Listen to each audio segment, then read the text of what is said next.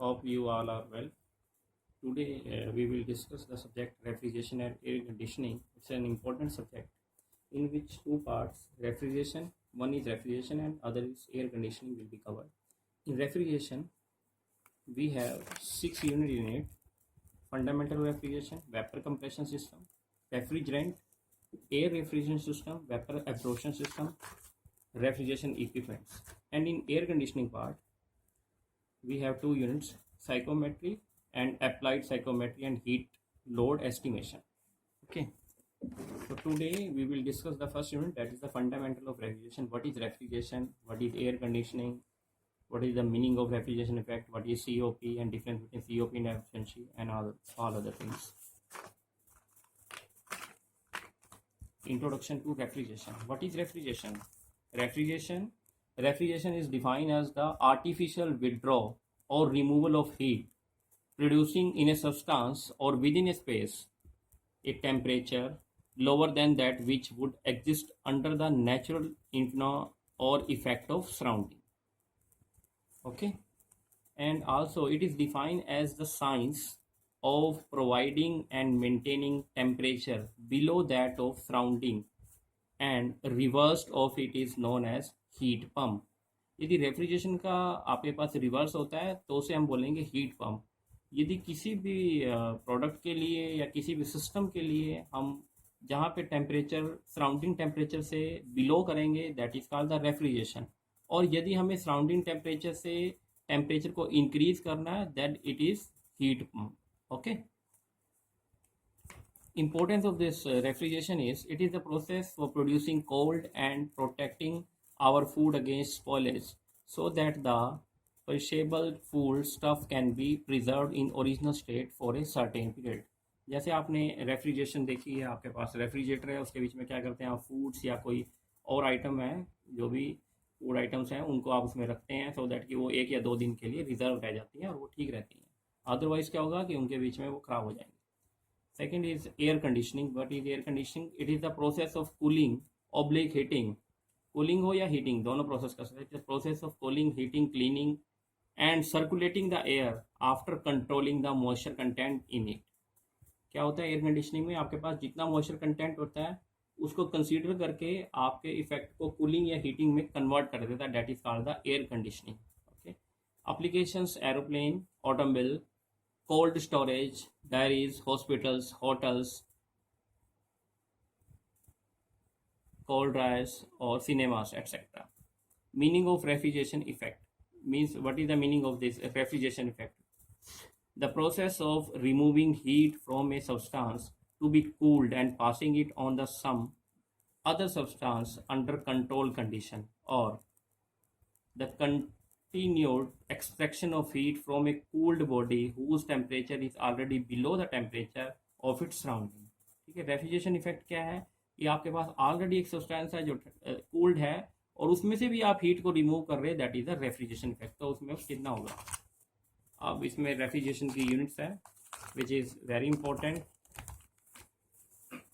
Refrigeration unit, आपने देखा होगा कि आप रेफ्रिजरेशन लेते हैं या कोई भी रेफ्रिजरेटर आप बोलते हैं इतने टन का एसी चाहिए या उतने टन का एसी चाहिए, तो वो टन आर में लिया जाता है, ton of refrigeration.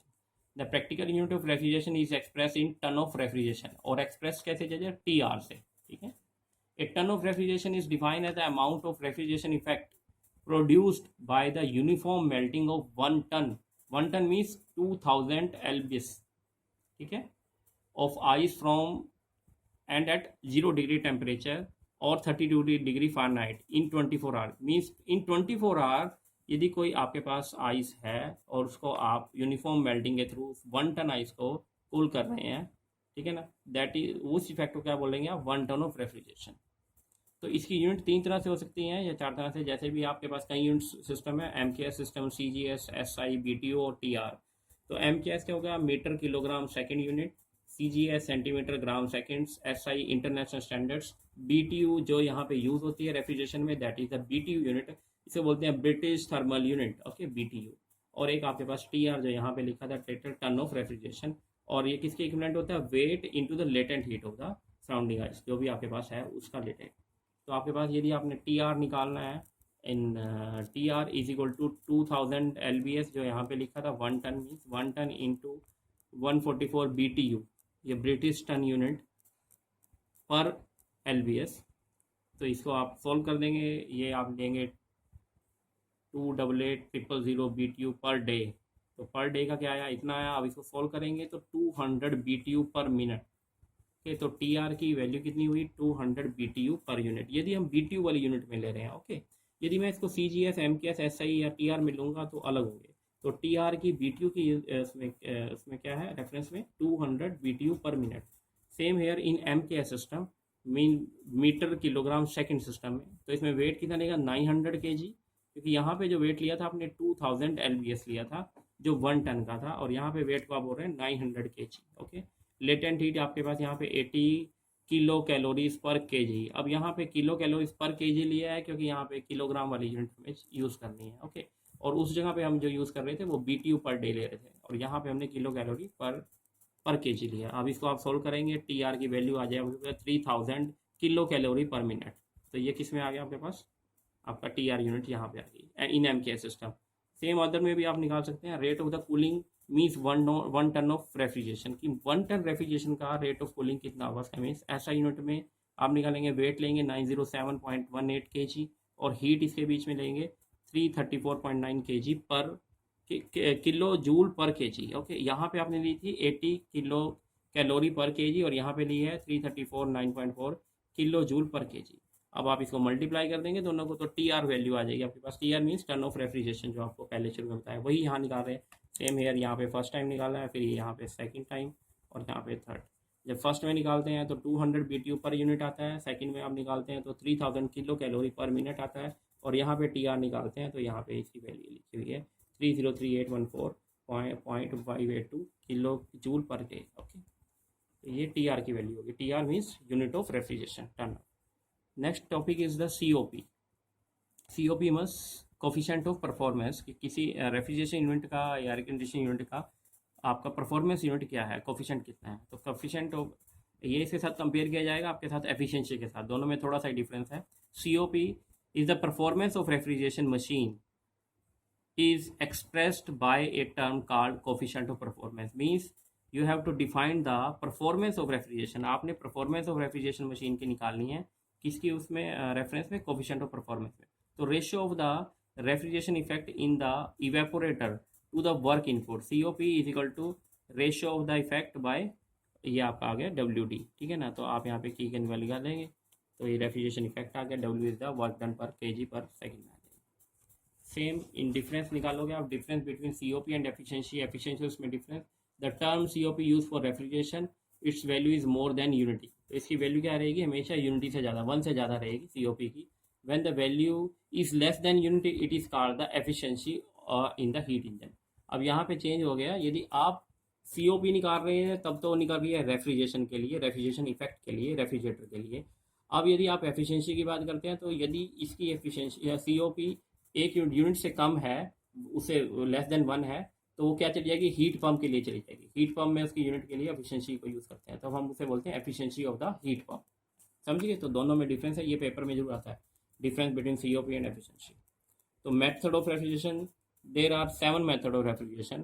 First is ice refrigeration, second is dry ice refrigeration, third is air compression air expansion refrigeration, third is evaporation, fifth vapour compression refrigeration, six vapour absorption refrigeration, and seven steam jet refrigeration. अब यहाँ पे कुछ आपको इनके flow chart diagram दिखाए हुए हैं इन्हीं रेफ्रिजरेशन के, जो रेफ्रिजरेशन मेथड है आपके। फर्स्ट में जैसे ड्राई आइस, या आप बोल सकते हैं सॉलिड कार्बन डाइऑक्साइड, ठीक है ना। तो इसके बीच में फर्स्ट वाला मीन्स आइस रेफ्रिजरेशन, जहाँ पे आप सॉलिड कार्बन डाइऑक्साइड लाते हैं, जो सॉलिड कार्बन डाइऑक्साइड, इसमें आइस यहाँ पे आपके पास प्रोड्यूस हो रही है। ये टेम्परेचर यहाँ पे 10 डिग्री है, फिर ये बिलो जाता रहेगा, जैसे यहाँ पे 8 डिग्री है, ये 4 डिग्री, ये 5 डिग्री, ये 6 डिग्री, ऐसे ये रन करता रहेगा इसके बीच में, ठीक है ना। इसके बाद ये सेकंड वाले में, अपने थर्ड वाले में एयर का एक्सपेंशन रेफ्रिजरेशन। तो यहाँ पे एयर एक्सपेंशन है, इसमें कौन कौन सी यूनिट लगी हुई हैं आप देख सकते हैं। यहाँ पे ये कंप्रेसर है, ठीक है, ये यहाँ पे दिख रहा है आपको कंप्रेसर है। ये हीट एक्सचेंजर लगा हुआ है इधर, यहाँ पे इवेपोरेटर है, ये कूलिंग इफेक्ट के लिए, और यहाँ पे आपका कंडेंसर कॉइल होगी। तो जब आपके पास रेफ्रिजरेंट जो है, रेफ्रिजरेंट क्या होगा, जो इसके बीच में से फ्लूइड फ्लो करता है, दैट इज़ द रेफ्रिजरेंट, जो इसको कूल करता है। तो हीट कौन से, यहाँ से कंप्रेसर से कंप्रेस हुआ, हॉट एयर निकली और यहाँ से कूलिंग वाटर आउटलेट निकलता है और यहाँ से कूलिंग वाटर इनलेट जाता रहता है। तो जैसे कि आप यहाँ से वाटर डालते हो तो निकलता है, तो इसकी यहाँ पे जो हीट है वो हीट एक्सचेंजर इसको एब्जॉर्व कर लेता है और वहाँ से पानी, और यहाँ से फिर ये कोल्ड एयर यहाँ से जाएगी। जैसे ये कोल्ड एयर जाएगी तो एक्सपेंशन में जाएगी, इसको एक्सपेंड कर देगा, उसके बाद वेरी कोल्ड एयर निकल जाएगी और फिर ये यहाँ पे इस स्पेस में चली जाएगी कंडेंसर में, और फिर इसको ये कंडेंस करके फिर वार्म एयर को कंप्रेसर में देता है, और ये साइकिल ऐसे ही चलता रहेगा, साइकिल सेम कंटिन्यू ऐसे ही चलता रहेगा। ठीक है, तो ये कौन सा साइकिल है, ये थर्ड वाला, that is the air expansion refrigeration. इसके अलावा एक ये है वेपर कंप्रेशन रेफ्रिजरेशन। ये वेपर कंप्रेशन है, इसमें भी सेम यूनिट्स हैं।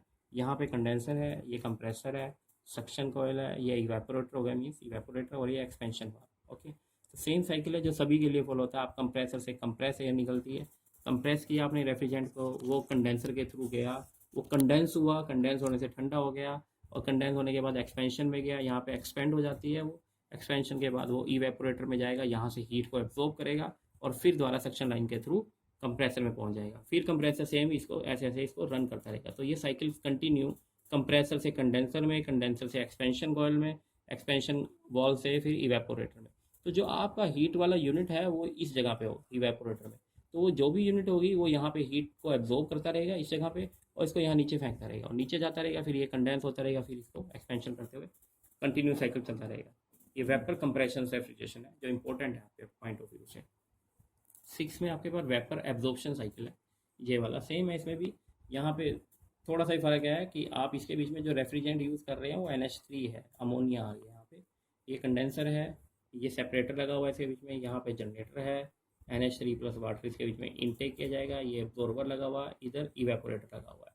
अब सेम वही साइकिल के बीच में वो साइकिल में चलेगा और यहाँ से इवेपोरेट होके इस साइकिल में पहुँचेगा एब्जॉर्बर में, और फिर ये यहाँ पे सेपरेटर इसको सेपरेट कर देगा, अलग अलग कर देगा, NH3 और वाटर को अलग अलग।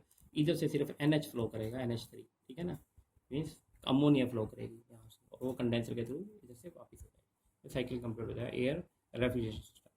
ठीक है ना, 4 सिस्टम है। अभी ये इसकी एक्सपेंडेशन जो वैल्यू है वो अलग अलग यूनिट में अलग अलग आएगी। आप इस पर डिस्कस करोगे, नेक्स्ट यूनिट्स आएंगे, जैसे आपके वेपर कंप्रेशन रेफ्रिजरेशन आएगा, वेपर एब्जॉर्प्शन आएगा, तो वे डिटेल में होगा। अभी ये सिर्फ एक आपको व्यू दिखाया होगा। ये आपका first unit, okay, it's your first.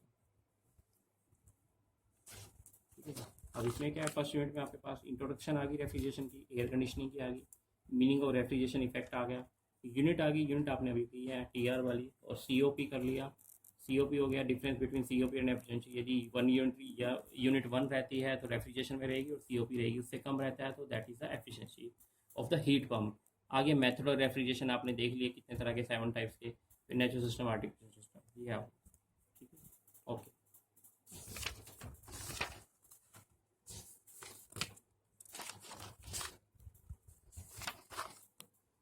हाँ, इसमें मेन साइकिल्स जो आप अभी नेक्स्ट यूनिट में करते हैं ना, वेपर कंप्रेशन सिस्टम। तो वेपर कंप्रेशन सिस्टम में जैसे आप यहाँ पे पढ़ रहे हैं, वेपर कंप्रेशन में ये वाला, ये साइकिल जो सबसे ज़्यादा यूज़ होता है आपके पास रेफ्रिजरेशन में भी, सॉरी हाँ रेफ्रिजरेशन में यूज़ हो रहा है आपके पास, जहाँ पे आपके सक्शन वॉल्व भी हैं, कंप्रेशन है, कंडेंसर है, ये एक्सपेंशन वॉल्व है, ये सब यूज़ होता है। इसमें क्या होता है कि जो इवेपोरेटर कॉयल है, इवेपोरेटर कॉयल क्या करती है, आपकी जो यूनिट की सिस्टम की हीट होती है वो उसको एब्जॉर्ब करती है। एब्जॉर्ब करने से क्या होगा कि यहाँ पे टेम्परेचर डाउन हो जाएगा। वो होने के बाद ये सक्शन वाला जो वाल लगा होता है, सक्शन वाला यहाँ पे कंप्रेशन को देता है, और कंप्रेसर के बीच में जो आपका रेफ्रिजरेंट है वो यहीं पे कलेक्ट किया जाता है, कंप्रेसर के बीच में यहीं पे रेफ्रिजरेंट होता है। और रेफ्रिजरेंट क्या, वो क्या करता है, कंप्रेसर कंप्रेस करता है, और जैसे ही वो ऑन होता है वो कंप्रेस करके इसको कंडेंसर की तरफ फेंकेगा, और कंडेंसर क्या करेगा, उसको कंडेंस करके आगे एक्सपेंशन वाल की तरफ फेंक देगा। तो एक्सपेंशन वाल में क्या कहते हैं, ये लिक्विड लाइन जाएगी, यहाँ से लिक्विड लाइन जाएगी, और एक्सपेंशन में वो एक्सपेंड हो जाएगा। एक्सपेंड होने के बाद इसको फिर दोबारा इवेपोरेटर में भेजा जाएगा। तो ये साइकिल ऐसे ही कंप्लीट होता है, वेपर कंप्रेशन, ठीक है ना, इसमें हम डिस्कस कर लेंगे, ठीक है जी। सारे ये साइकिल्स दोनों आपके पास इंपॉर्टेंट है। एक तो ये आपके पास वेपर कंप्रेशन साइकिल, और एक ये इंपॉर्टेंट है एयर का एक्सपेंशन रेफ्रिजरेशन, ठीक है, इसमें एयर एक्सपेंशन रेफ्रिजरेशन, ठीक है ना, ये दोनों इंपॉर्टेंट टॉपिक हैं, इन दोनों के हिसाब से आपने चलना, ठीक है जी।